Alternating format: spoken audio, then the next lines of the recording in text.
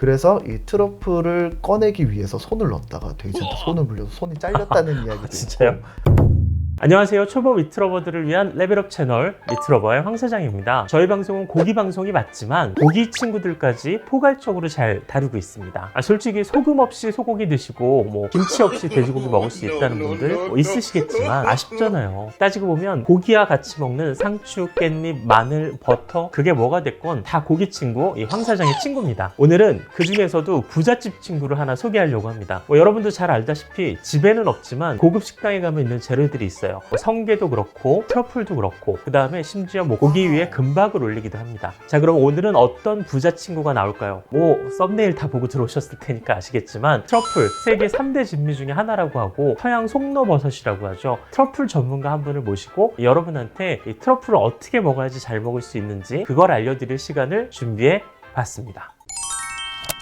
트러플 연구소의 정심규 이사님입니다. 안녕하세요. 안녕하세요. 자기소개 한번 부탁드리겠습니다. 네. 저는 이제 크로아티아에서 5년 살고 있는 정심규라고 하고요. 크로아티아는 이제 와이프와 저희 가족들과 함께 가서 살고 있습니다.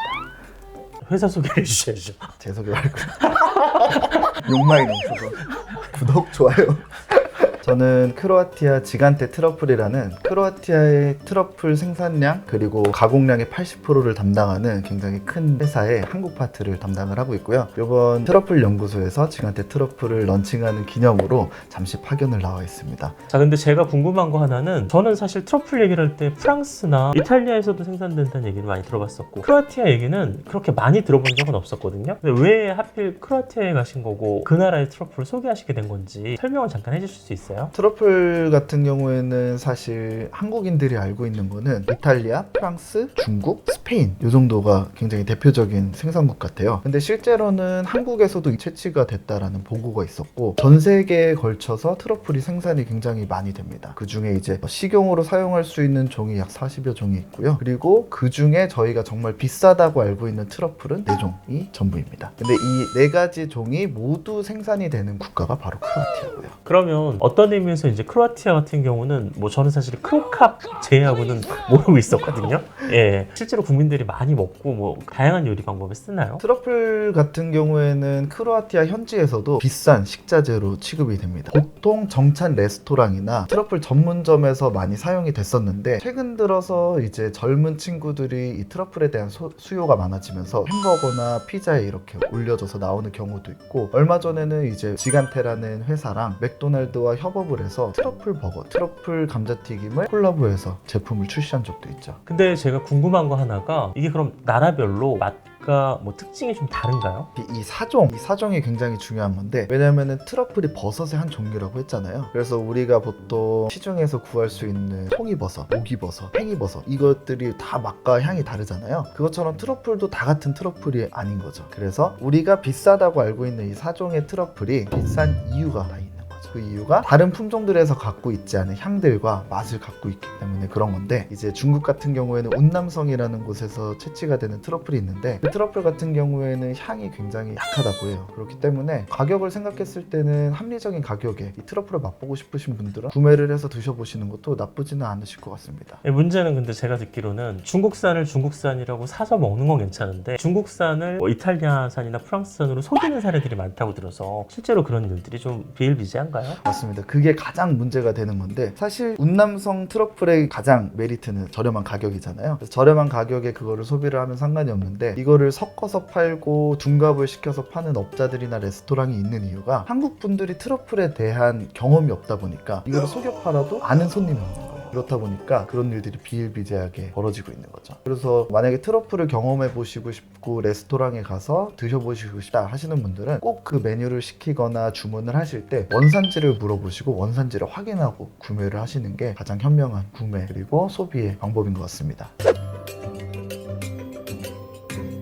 실제로 그럼 크로아티아 같은 경우는 네. 같은 유럽이잖아요. 이탈리아나 이제 프랑스에서 난 거하고 맛이 비슷한 거예요? 아니면 크로아티아가 좀 더 뛰어난 게 있는 거예요? 크로아티아가 월등히 뛰어나다고는 할 수 없는 이유가 이탈리아는 나라가 크잖아요. 그러다 보니까 워낙 많은 지역에서 많은 종류의 트러플들이 채취가 돼요. 그래서 우리가 흔히 알고 있는 페리고 트러플이나 이제 뭐 피에몬드 알바라는 그 화이트 트러플 같은 경우에는 이탈리아의 피에몬드 알바라는 지역에서 나는 한 품종의 트러플을 피에몬드 알바 화이트 트러플이라고 합니다. 그래서 그 트러플을 제외하고는 이탈리아에서 나는 다른 품종의 트러플 같은 경우에는 운남성 트러플이랑 사실 많은 차이가 없다고 생각을 하시면 될 정도로 지역이 중요한 게 아니라 그 품종이 중요한 거예요. 그래서 크로아티아의 4가지 종과 프랑스, 이탈리아에서 채취가 되는 그 각각의 종들은 같은 퀄리티입니다. 어떻게 보면.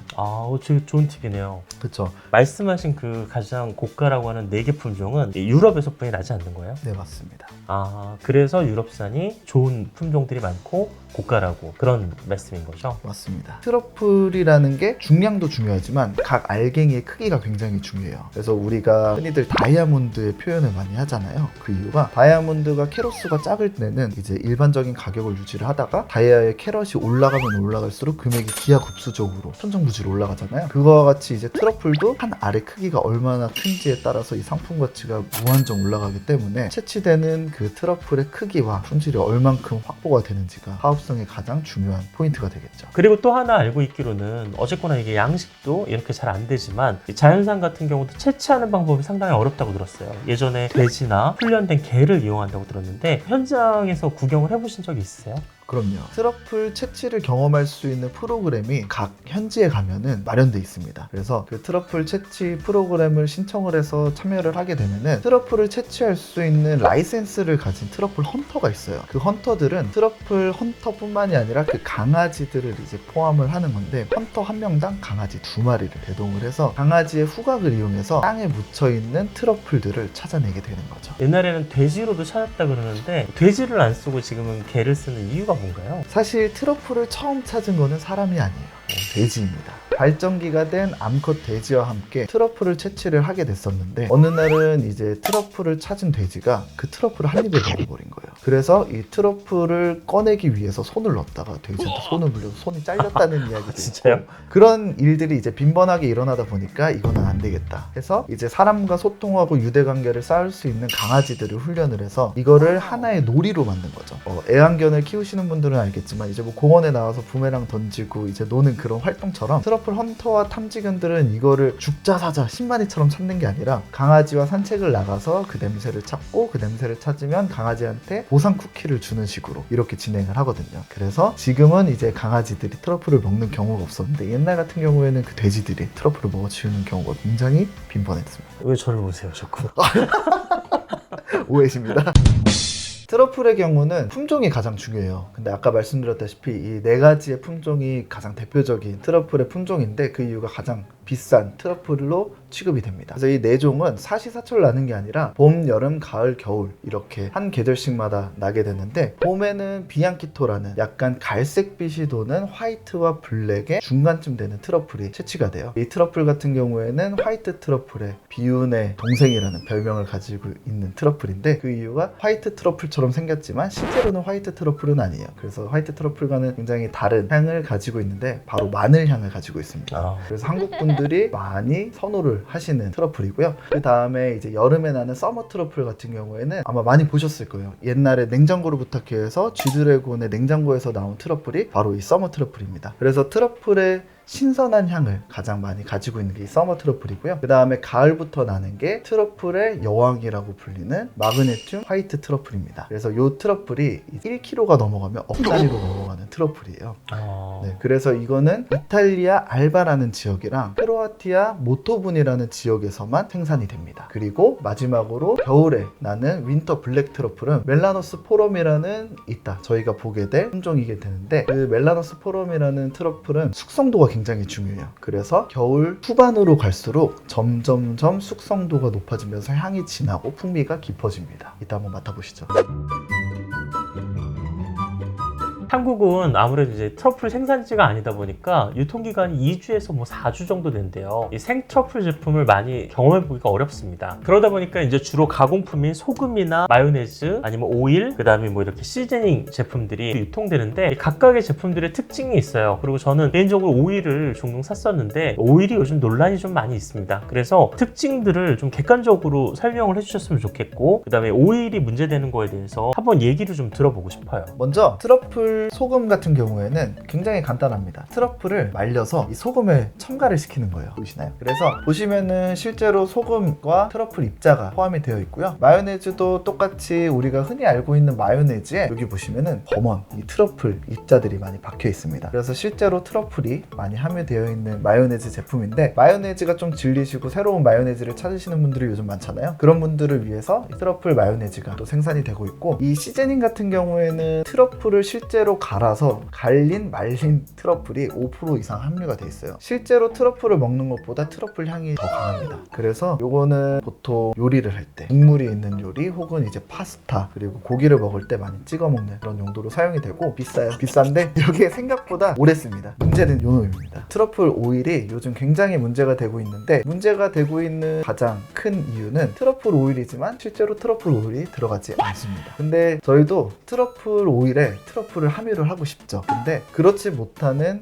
이유가 있습니다. 그 이유가 이 트러플이라는 특성상 신선도를 유지하기가 쉽지가 않아요. 그래서 보통 이제 트러플 같은 경우에는 상온에서 4일 정도만 유지 보관이 가능하거든요. 근데 이제 진공 포장을 하거나 이제 매일 관리를 잘 해주면 2주에서 4주 정도 사용을 할 수 있는데, 올리브 오일의 유지 기간은 1년이에요. 근데 트러플은 한 달 정도가 지나면 산패향이 올라오기 때문에 실제 트러플이 함유된 트러플 오일 같은 경우에는 개봉 후에 한 달 정도 지나면 사용하기가 조금 껄끄러워지는 그런 향이 올라옵니다. 그래서 실제로 산지에서 소비를 하거나 레스토랑처럼 소비가 빨리빨리 되는 곳 같은 경우에는 실제 트러플이 함유된 오일을 비싼 가격에 공급을 하고 소비를 하는데, 이렇게 우리 한국까지 유통이 되거나 일반 가정집에서 사용이 되는 트러플 오일 같은 경우에는 소비가 빠르지 않기 때문에 이렇게 합성 향료를 첨가를 한 올리브 오일을 유통을 하고 있죠. 우리 한국에서도 보면은 우유를 많이 마시잖아요. 그 중에 가장 저도 좋아하는 뚱뚱한 바나나. 아, 똥바요. 네, 뚱바에도 바나나 맛 향이 들어간 거잖아요. 예.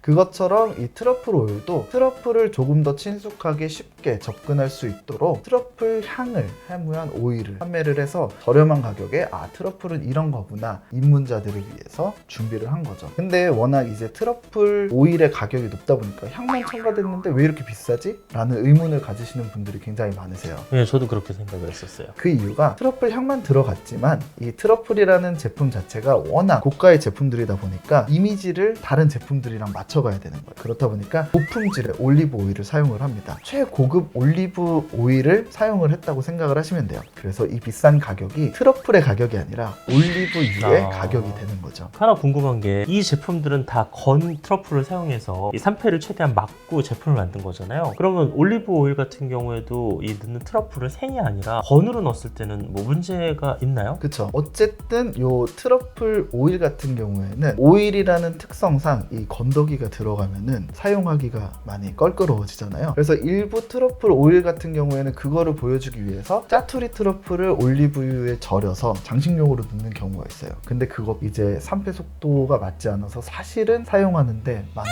애로사항이 생기죠. 그래서 저는 이 트러플 오일을 고르신다고 하면은 가장 중점적으로 봐야 되는 부분이 얼마나 좋은 올리브유를 썼는지, 그리고 어떤 포장 용기를 썼는지가 사실 제일 중요한 것 같아요. 이 올리브유가 얼만큼 잘 유지가 될 수 있는지가 중요하기 때문에, 올리브유는 기본적으로 직사광선을 받으면은 산패하기 시작을 해요. 그렇기 때문에 항상 검은 병에 들어있는 올리브유, 트러플 오일을 선택을 하시기를 권장을 드리고, 마개도 굉장히 중요합니다. 그래서 코르크 마개를 일부 사용하는 올리브 오일이나 트러플 오일들이 있어요. 저도 코르크 제품 씁니다. 그쵸. 코르크 마개의 가장 큰 특성이라고 하면은 숨을 쉬는 거잖아요. 예. 그래서 올리브 오일의 유지 보관의 가장 중요한 키포인트는 밀폐예요.